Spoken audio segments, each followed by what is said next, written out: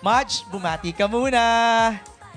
Hello, kapamilya! Yes! Hello po, good evening po sa inyong lahat at sa ating mga minamahal na mga press na talaga naman, since nag-umpisa po ako, ayan, andito pa rin kayo. At maraming salamat po dahil nandito kayo para suportahan ang aming new show na Someone Someday. How does it feel to say that again? Hello, kapamilya. Tulad nga ng nasabi ko na to sa'yo kanina, alam kong I'm home na ulit. Yes. Iba kasi talaga yung kung saan ka nag-umpisa at dun mo nabuo yung mga pangarap mo. So, ayun. So, salamat ka, pamilya. Yes! At hindi lang yon, you're back on prime time. Di ba? Yes. Pasabog ang Someone Someday. What made you say yes to this? I know there's so many reasons, Madge, pero ano yung top of the list? Sabi mo nga, many reasons, MJ, isa na dyan yung gusto kong makatrabaho si Catherine and of course, James. Pero yung character na binigay sa akin ng Dreamscape family ko, ito yung character na hindi mo matatanggihan. Sabi nga ni Direk Eric, kailangan ng may pivotal character dito sa serye na Someone Someday. So sabi ko kay Direk, pivotal. Sorry. So nagtawanan muna kami and then, ayun. After nung nag-guess ako, nag-pitch sila. Imagine walang script, MJ. Right. Walang script, but I said yes. Wow. Kasi nung present nila sa akin, ayoko kasi gumawa ng teleserye na masabing comeback.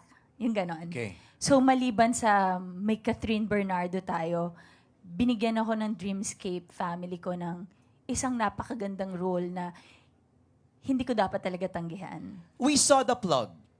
You're portraying the role of Abby. Without spoiling, sino ba si Abby? Si Abby, masasabi ko siya na ata yung pinaka-layered na character na ginampanan ko. Si Abby ay isang fan, isang tao na maraming pinagdadaanan at ipaglalaban ang kanyang pamilya. Pero hanggang saan siya dadalhin ng love? Hanggang saan siya dadalhin ng love? Hanggang saan siya masasaktan? Magre-revenge pa siya? Pero ang revenge is temporary satisfaction lang yon. May iba siyang gusto. At yan At yun ang alamin abangan namin. niyo. Yun ang nga. Pero alam mo, nakaka-intriga yung role mo. Tingin mo pa lang. You're a fan? You're a stalker? Tama ba? Ano ba to? Doon muna tayo, I'm a fan. Oo. Pag fan ka, yung lahat gagawin mo para Right. kasi mahal mo yung iniidolo mo di ba? Oo. Yan. Okay, para lang malatag natin ng maayos. Madge, ilang taon ka na sa industriya? Kung hindi po ako nagkakamali, 23 years. Wow. Yes. 2003. Correct. Ako nag-start, yes. It might be you. Oo. Tama yung binasa ko sa spills kanina. You are one of the most respected actresses dito sa industriya. Trabaho bang matindi yun? The past 23 years? Masasabi kong dahan-dahan Ay, kanta. by Maha Salvador. Oo nga. Hindi madali, pero gusto ko kung paano ako nag-umpisa at kung nasan po ako ngayon. Yung sa iba kasi parang ibinigay, yung superstar agad, yung Okay. bida ka kaagad, yung ganon. Ako mahaba yung proseso, mahaba yung progress. Pero masaya ako kung nasaan ako. Kasi habang taon-taon, may natututunan ako bilang isang artista, bilang isang tao. Hindi ka nainip? Hindi. Siguro kasi kapag masaya ka sa trabaho mo, tapos gusto mo yung ginagawa mo, hindi ka maghahanap ng more pa. Okay. Kasi siguro alam ko lang din talaga na eto muna tayo ngayon. Right. Yung ganon. Gaya ng mga, okay, wait. Eto mga kasama natin sa press, ano yung mga iconic characters ni Maha na love ninyo? Sige nga, bato lang kayo. Ano yung mga naalala nyo? Wildflower as Ivy Aguas or Lily Cruz. Sino pa? Sino pa? Nicole ng The Legal Wife. Sino pa? The Camilla sa The Killer Bride. Sige pa, sino pa? Margot! Kinakapatid, ano? Diba? Yes. At si SPO1 Glenn ng Ang Glenn. Probinsyano. Yes. Si, alam nila, top of mind. Naiisip nila kaagad. Dito ba, si Abby, ganun din? Yung character niya, yung binuhos mo dito, tatatak sa amin. Na parang kahit natutulog na kami sa gabi, maiisip ka pa rin namin. Sabi ko nga, MJ, ito na yung very layered yung character na Abby. Masasaktan siya, kaya makakasakit siya. Tapos, may rason kung bakit. Mahihirapan kayong hindi siya mahalin. At may inis kayo sa sarili nyo, bakit nyo parang gusto siyang mahalin. Kahit na mali yung ginagawa niya. Grabe. Uy, walang script yan, ha? Gusto ko yung line mo na nasaktan siya, kaya siya mananakit. Grabe. Grabe. We're just getting started. Yes. We have some questions here from our friends from the press. Babasahin ko na sila. Are you ready? Yes. Direct, sabihan nyo lang ako kung too much yung mga naisasabi natin. Pandilatan nyo lang ako ng mata kasi Direct Eric Salud is here. Yes. Ang Our tagal ko team naging from director Dreamscape Entertainment also are all here.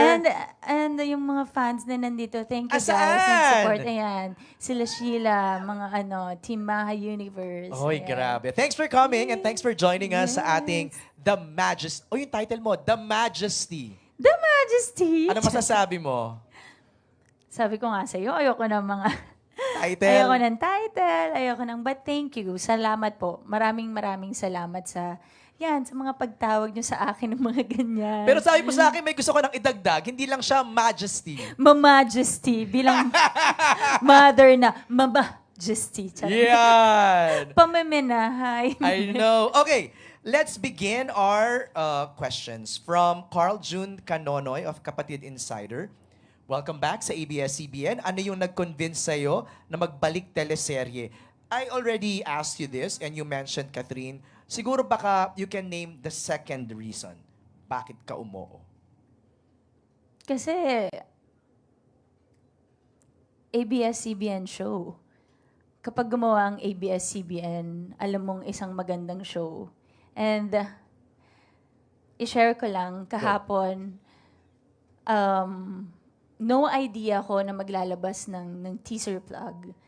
Yung ng character ko, ng character plug. So, I thought today, because eto ang promo day natin, di ba? And then, nag-scroll lang ako habang nagre-ready kami ng glam team ko kasi meron akong event yesterday.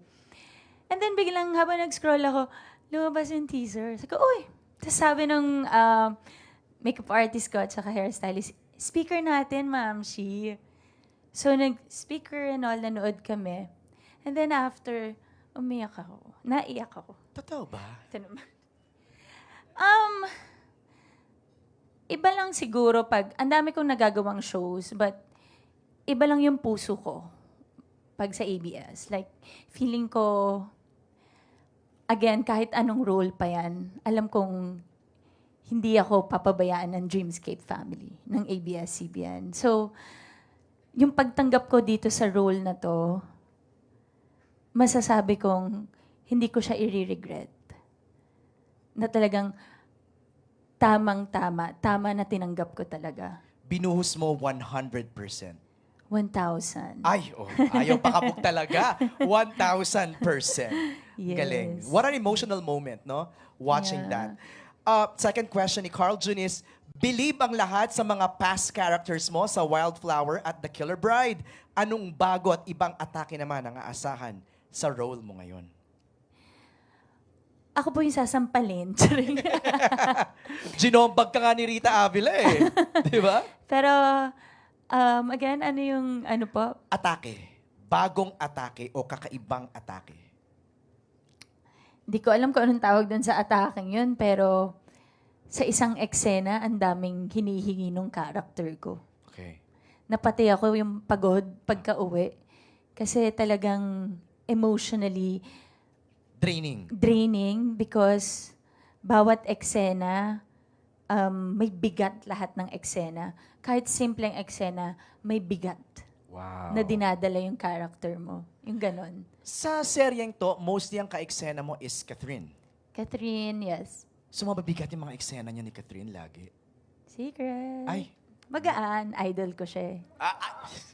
Teka, don't pull off an Abby here, ha? Natatakot ako. Yung mga tingin ni Mahan sa akin, no?